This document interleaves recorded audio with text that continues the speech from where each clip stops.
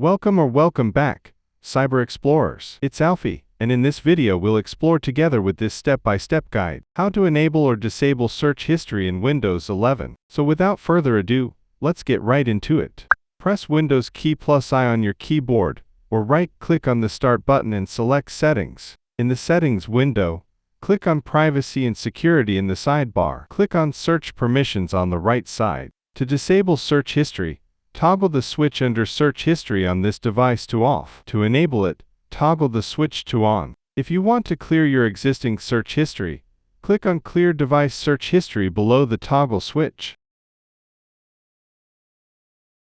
And that's it for today. If you found this video helpful, please give it a thumbs up, consider subscribing, and don't forget to activate the notification bell so you won't miss out on any new uploads. Thank you for watching. Until next time, see you later.